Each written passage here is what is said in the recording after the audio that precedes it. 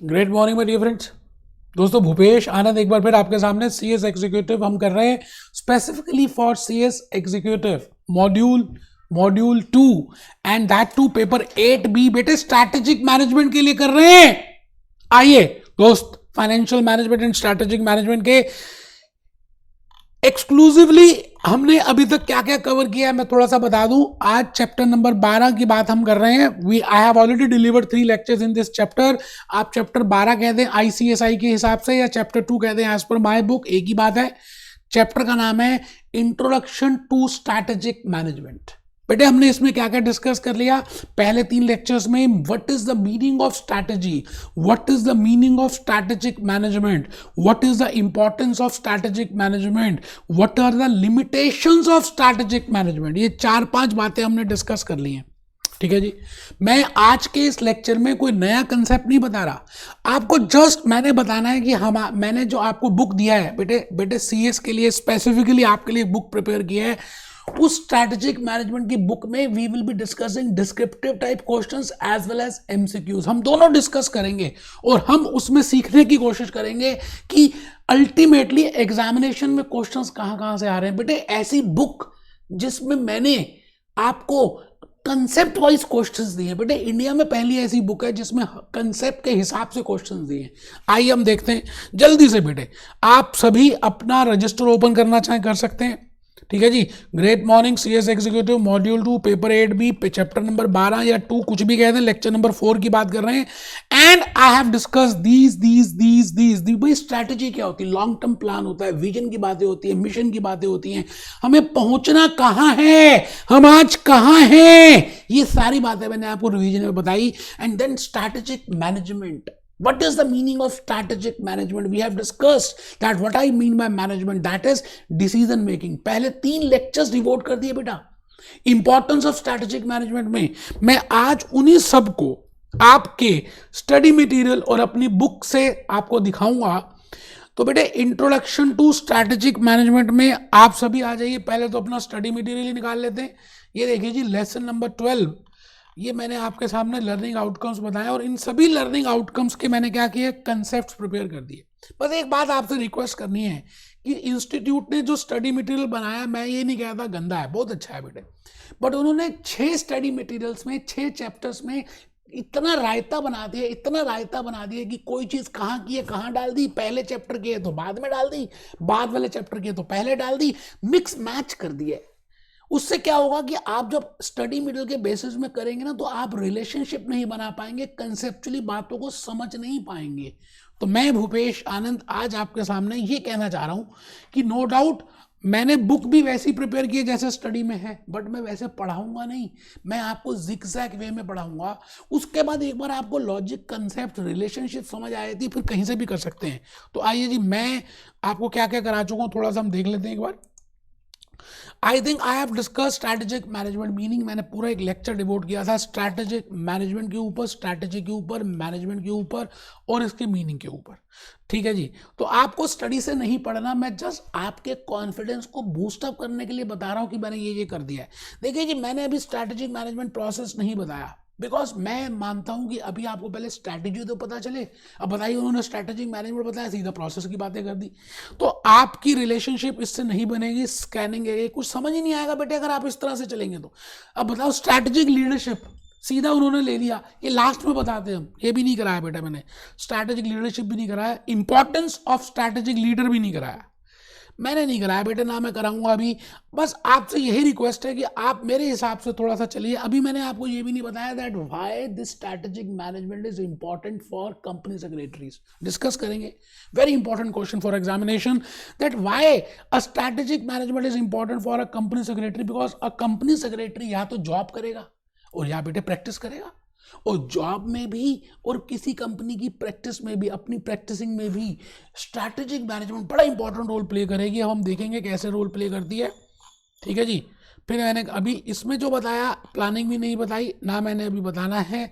मैं benefits of strategic planning में नहीं बता रहा। पोर्टर्स 5 रिसोर्स फोर्सेज, अब बेवकूफ़ है ये इंस्टीट्यूट वाले, बेटे पोर्टर की 5 फोर्सेज यहाँ दे दिए। अब आपको पता नहीं होगा कहाँ यूज़ करना है, कैसे यूज़ करना है, तो रटने का काम ही तो होगा। इसलिए मैंने रिलेशनशिप बतानी है आपको। तो मैं पहले आपको क्या बताऊंगा बेटा, ये देखिए, पहले पहले पहले पहले नो डाउट हम इसमें से कुछ बातें कवर करेंगे, बट क्या क्या कवर करेंगे उसको देखिए।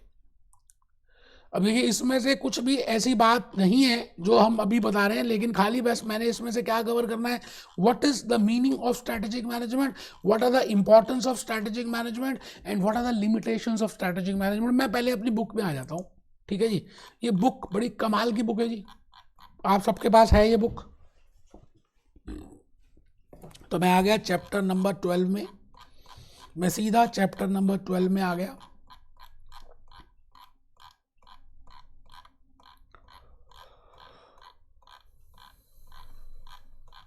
बुक खोल लीजिए बेटा, चैप्टर नंबर 12 कह दीजिए या चैप्टर नंबर 2 कह दीजिए, बात एक ही है। मैंने अपनी बुक में उसको चैप्टर नंबर 2 रखा है और आपके स्टडी मटेरियल में चैप्टर नंबर 12 है।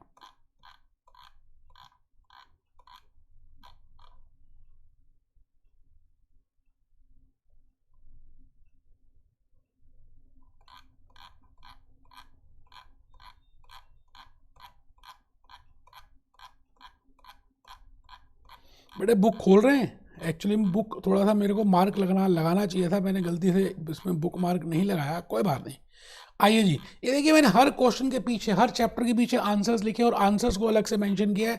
तो अभी हम पहले आ रहे हैं चैप्टर नंबर 2 में। चैप्टर नंबर 2 में बेटे ये रहा चैप्टर नंबर 2, आप देखिए, strategic management, role of a company secretary in strategic management, external and internal environment and porter's 5 resources. मैंने ना ये बताया ना बताऊंगा, अभी नहीं बताऊंगा ना बताया बेटे, समझ रहे हैं, ये नहीं बताया, ये भी नहीं बताया, ये भी नहीं बताया, अभी हम यहीं पर अटके हुए बेटे।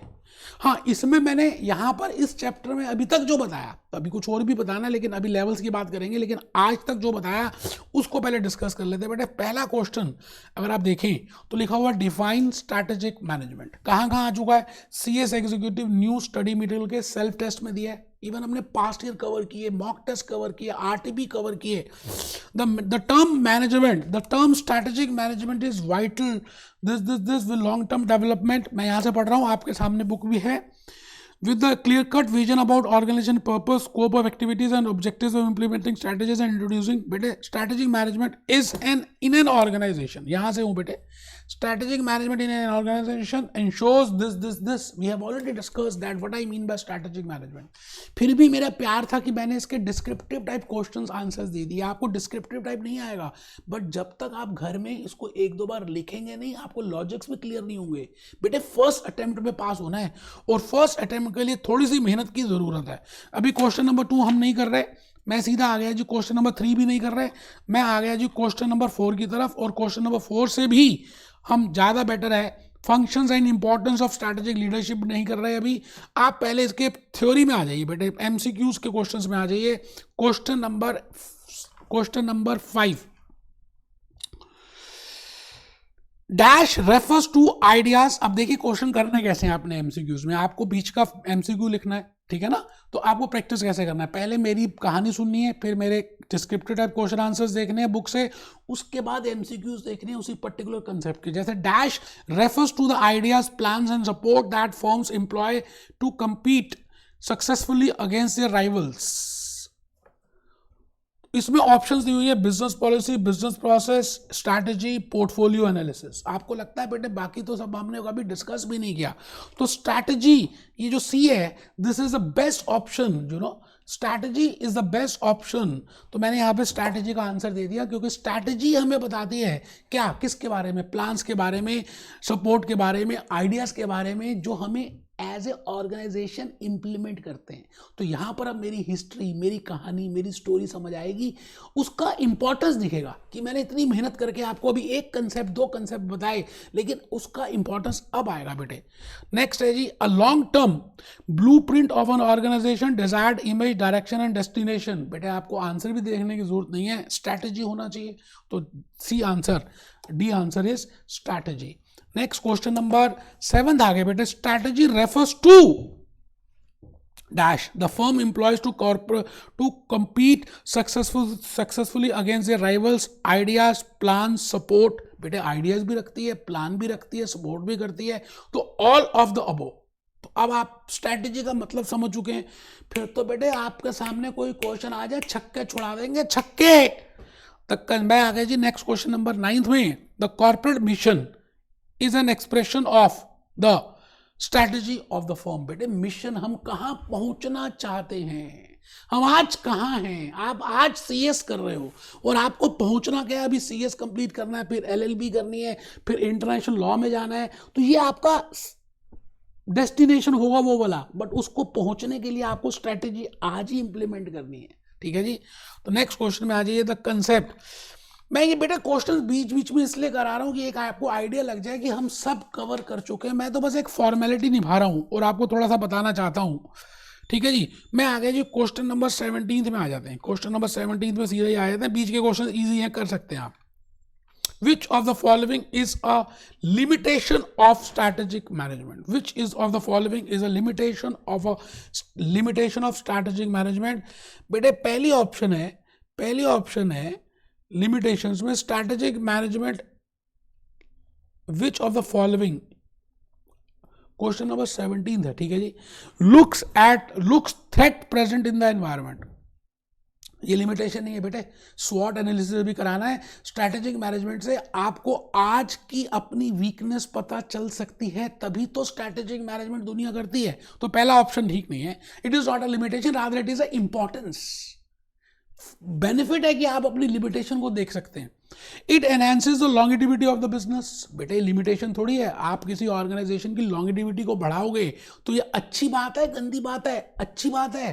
तो लॉन्गेटिविटी होना अच्छी बात है, it is not a limitation, rather it is an advantage. C option is it operates in an environment which is highly complex and turbulent. मैंने आपको बताया था टाइटैनिक शिप लेकर कि what is the meaning of turbulent, जो हिलती रहती है जैसे टाइटैनिक शिप।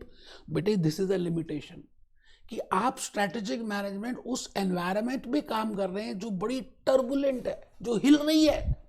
ठीक है सर। तो C option is the limitation. It helps to evolve core competence. Yes, it helps to evolve core competence. So how can it be limitation? आपकी core competence क्या है, उसको ढूंढने में मदद करती है स्ट्रैटेजिक मैनेजमेंट। ठीक है सर। तो आई थिंक आपको बात समझ आ रही है मैं कहना क्या चाह रहा हूं, कि मैंने आपको जो बुक दी है उसमें कंसेप्ट वाइज आप चलें, जो जो कंसेप्ट मैंने कवर किए हैं उसके डिस्क्रिप्टिव टाइप क्वेश्चन आंसर्स देखें, उसके बाद उसके एमसीक्यूज देखें, कोई भी डाउट नहीं रहेगी। और है भी तो बेटे मेरे से डायरेक्टली पूछ सकते हैं, कोई ऐसी टेंशन की बात नहीं है। Be happy, B jolly, B cheerful. एक बात ये कहना चाह रहा हूं कि ऐसा हो सकता है कि चैप्टर नंबर 12 में बड़ी सारी बातें होंगी जो मैं चैप्टर 12 के अंदर कवर नहीं करूंगा बेटे, क्योंकि वो रिलेशनशिप नहीं बनता ना, इंस्टीट्यूट ने तो कॉपी पेस्ट कर दिया। और ऐसी बहुत सारी बातें होंगी जो चैप्टर 12 में नहीं है, मैं यहीं पे कवर करूंगा। जैसे अभी मैं स्ट्रैटेजिक लेवल्स डिस्कस करने वाला हूँ। स्ट्रैटेजिक लेवल्स जो है चैप्टर नंबर 13 में है, बट मैं यहां पे डिस्कस करूंगा corporate level, business level, functional level. तभी आपके लॉजिक्स और बेसिक कंसेप्ट स्ट्रांग होंगे। तो मिलते हैं बेटे। Be happy, B jolly, B cheerful.